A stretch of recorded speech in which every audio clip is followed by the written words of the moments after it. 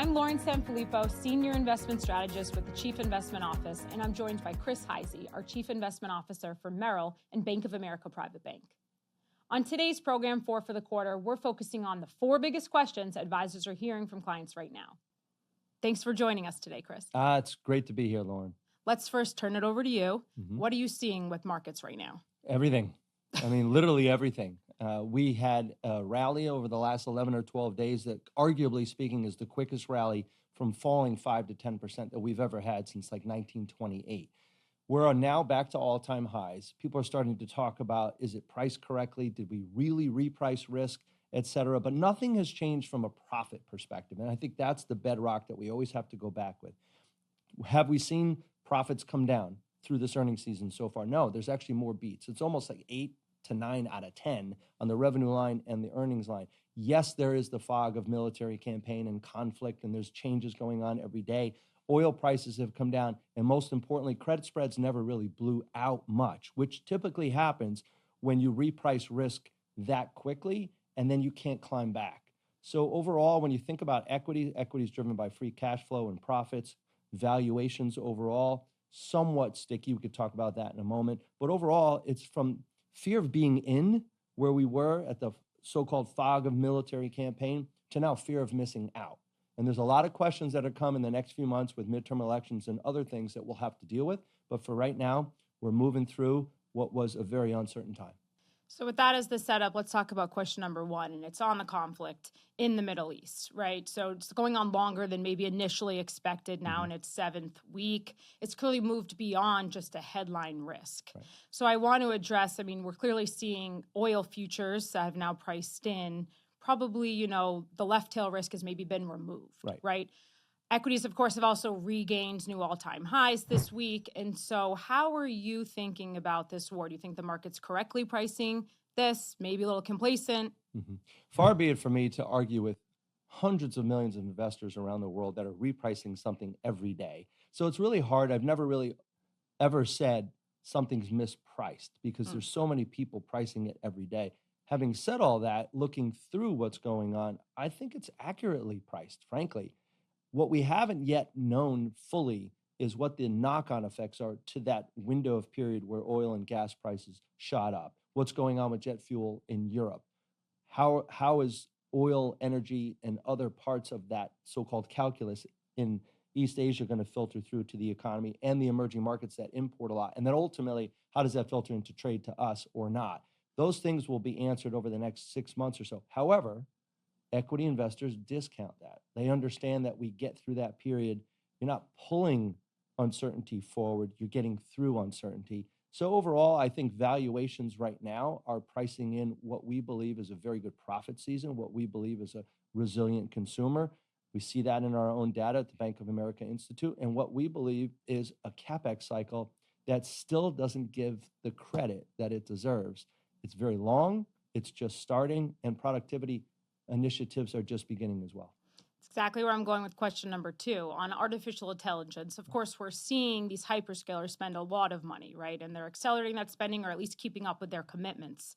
And that infrastructure build out, it's been a big part of GDP as just a line item, of course. And again, it's supporting that corporate structure as well, that corporate backdrop.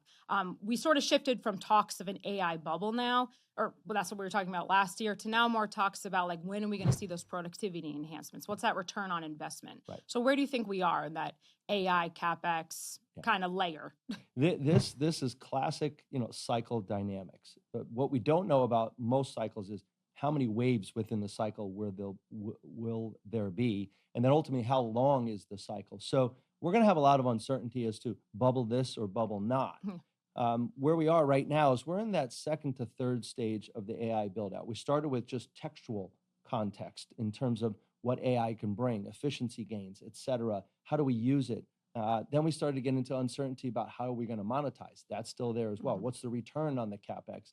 The build out is still happening. It takes a long time to build a data center. And the money that's been placed as an outlay to data centers, we're starting to hear like, well, maybe that's too much because they're getting more efficient.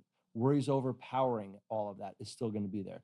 But just talking about artificial intelligence right now, we're at the bedrock, the footbed of productivity. And I think when you look at free cash flow per employee across the S&P 500, you're likely to see significant gains in the production of free cash flow per employee because of artificial intelligence over the course of the next 3, 4, 5, or 6 years. So in a way, that's how you monetize it one way, not talked about enough. The second way is through usage versus subscription services. We're going to move most likely to a usage model where the higher end users, the biggest users will pay more. And that's usually wave 3 and 4. We're not there yet. We got to build it out first, test it, make sure it's secure, proliferate it as much as we can, and then you get the institutional usage and the retail usage, and then you'll see monetization from there. Got it. For question 3, I want to discuss private credit with you quickly here. Let's cover off on the fact that obviously it's grown to be a real asset class, right? Right. There's a lot of headlines pointing to sort of a sentiment overhang, at least, for this industry. At the same time, there are some alternative asset managers that, maybe have bounced off their lows as of late. So really, our third question for you, Chris, today is how should investors be thinking about private credit here? Well, I think they should think about it as credit in general. So if private and public, it's still credit. It's still deserving of credit analysis. Who is taking on the loan? Who's delivering the loan? What type of loan is it? What's the tenor of the loan? True credit analysis, company by company by company. In terms of the asset class, there isn't enough credit in the world. There aren't enough assets, so-called, in the world to meet the demand that's out there. So the private credit industry, in our opinion, will continue to grow. Now the question then becomes is what types of structures, what types of liquidity, what is really out there, and what is the role that private credit actually is designed for in a portfolio. It's designed for a little bit of a cross between yield and equity. And if you're talking about private, you have to understand that there's illiquidity to that. So there's features overall about certain things like gates and other things specifically designed to ameliorate a fire sale. And we think that those features make sense. Now, having said all that, private credit in general, right now, we do not believe it's a systemic issue. We do not believe there's leverage across the board in the system like we remember when with the global financial crisis. And that's the part that I think is a little bit misunderstood in terms of credit in general. Credit spreads have remained tame, public or private. Private credit in general, because of worries and sentiment, as you mentioned, Lauren, has significant headlines out there. You got to give it time, let it work through the system. The leverage simply isn't there to be very, very concerned about something that's systemic. Got it. And then for question 4, we've obviously seen some strong equity gains over the past couple of years. We had a concentration problem for sure, but valuations have come in, right? With the war, of course, we've seen that. And at the same time, earnings have been accelerating. So why don't you walk us through a little bit of that fundamental backdrop and what we were thinking about rebalancing around portfolios, right? Particularly for the tech space, which is now trading at market multiples for the first time in like 6 years. Right. This deserves probably another hour and a half. Yeah. But I can start Loaded at the one. top, right? You have nominal growth. Nominal growth is going up. We're going to hit a little bit of a hiccup here in the second or third quarter because of what happened with the war, et cetera, and how that kind of comes into the economy. Nothing that should last. But having said all that, better than expected nominal growth leads to better than expected revenue growth. And when you get better expected revenue growth mixed with efficiency gains at the cost line, you get wider margins. Investors pay up for wider margins. So you're right. What happened recently with the repricing of risk, the tech sector brought down the rest of the market, number one. It brought down itself and the communication services sector. It wiped away its entire premium to the market in literally a matter of months. And then ultimately, recently now, it's being confirmed by better than expected numbers in earnings. So now you're seeing a reprice back up again. Some are calling it complacency. I don't see it that way. It's justified by the fundamentals. It's just really getting back to the levels of valuation we were just a few short months ago with better earnings. And that's the key. You get better revenues, better margins, efficiencies at the cost line, and then ultimately that produces a reset higher in earnings. And that's why we think you still see double-digit earnings growth for all of 2026. And we're not even close to 27 yet, but we have to start thinking about that as well. So we feel good where equity markets are priced right now on a go-forward basis versus looking back and worrying about what already happened. Sounds like a good setup. Yeah. Well, thank you so much. Those are our 4 questions. I do have a little bit of a lightning round for you, Okay. with faster, questions and answers. Sure. So first, I want to talk about gold. Yeah. A lot of action here that we've seen just on a year-to-date basis. Well, it's amazing when gold hits a new high, and then everybody becomes a strategist on gold out there. It's like, what's going on? How is it doing? How can it possibly be priced at this when I remember when? The reality is, gold is being viewed very differently today than it has traditionally. It's becoming a little bit more of a diversified, I wouldn't say currency, but diversified part of a portfolio for very large institutions, namely central banks. Mhm. And obviously, we know China is one in there that is trying to diversify their dollar-based reserves. We are buying less from China each and every week.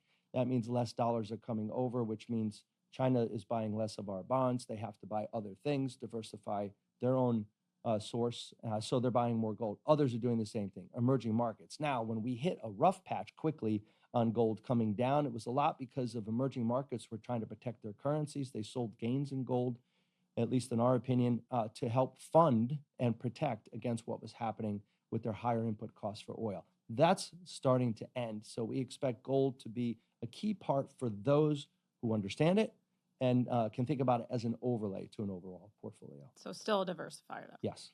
Got it. Next, what about international non-US? We've seen many of the Asian markets, namely, making or on their way to new all-time highs at the same time that the US is sort of doing the same equity markets. So how has your view sort of evolved since the war? We don't think of it as deglobalization. We think of it as reglobalization. We're resetting trade. We're resetting how capital flows from one part of the world to another. And that means the dollar should not necessarily be as strong as it was before, but it doesn't necessarily have to be very, very weak. A stable dollar with a little bit of a weaker dollar cycle in it, number one. Number two, emerging markets and non-US governments are now starting to put in fiscal plans that they never did before. So you're seeing a little bit more of democratization and domestic economic growth mixed with a little weaker dollar and significantly underowned, not just in the US, but even in home country investors. So we think that over the next few years, there's more capital flowing into those markets. So we remain somewhere between neutral and slightly positive. And then how about to close it out, just one piece of perspective for the next 12 to 24 months? Well, I think the rebuild, another R. I think rebuild is coming, not just within Ukraine, but also obviously the Middle East, rebuild of energy infrastructure, and then frankly, rebuild of an entire new global economy. And I don't think that we're talking about that enough. We're getting into digitalizing a lot of things, and that leads to tokenization. And with tokenization, it leads to more security needed for data. So this is just beginning, and I think we're going to look back on the next 12 to 24 months, and dare we say 3 to 5 years or longer, and say that this was the productivity cycle of the ages. Well, thank you, Chris. Thanks so much for sharing your perspective. I Thanks, know we Lauren. all appreciate it. That'll do it for 4 for the quarter. We'll be back with you in Q3. Thanks so much for watching.